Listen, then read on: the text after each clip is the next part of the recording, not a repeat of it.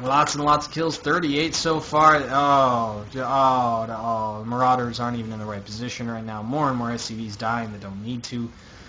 Poor SCVs.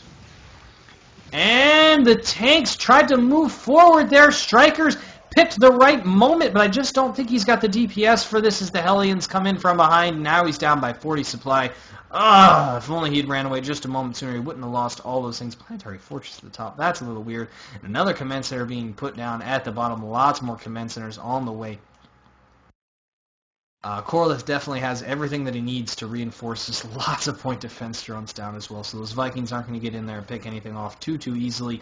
And with no SCVs down here after that Hellion run by, very, very sad day indeed for Strykerz, who just has to drop, has to do something.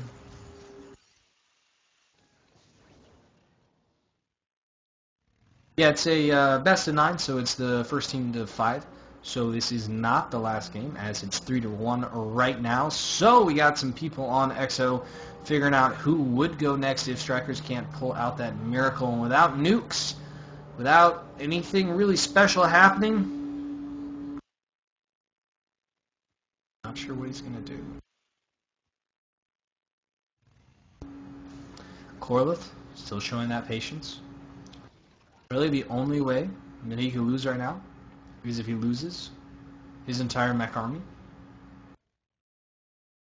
and that can happen simply by not paying attention to it. There's an SCV transfer down.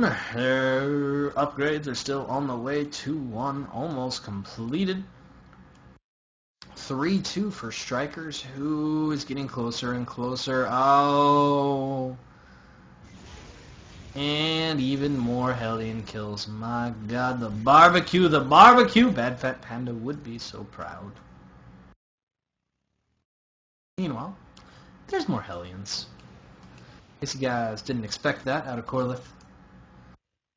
Clearly see that this is a big thing he loves to do. Actually, the entire army for Strykerz was moving up to take care of one last Hellion at the top, and so these 4 Hellions at the bottom managed to trade fairly evenly.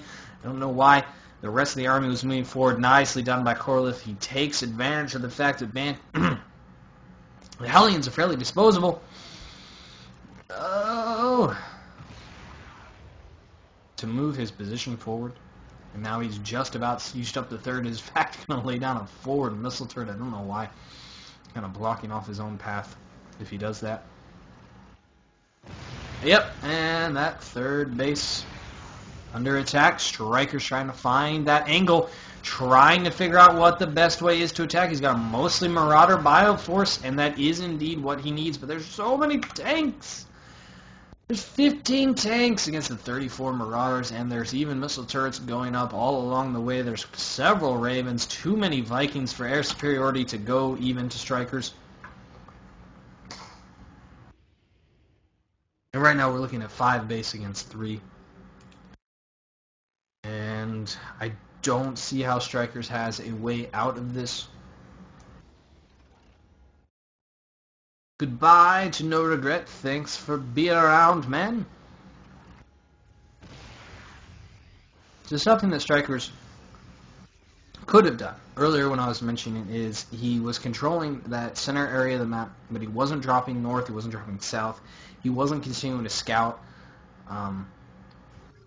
Definitely had him in a rough position from the beginning when those Hellions did so much damage. It's always hard to come back from that, so you either gotta be really aggressive about building command centers, and here we go out of Strykerz. He pushes forward, some pretty decent splitting there, and he is going to trade better than you might have expected, but there's so many tanks coming up from behind, and all those Vikings are eventually going to clean up the medevacs.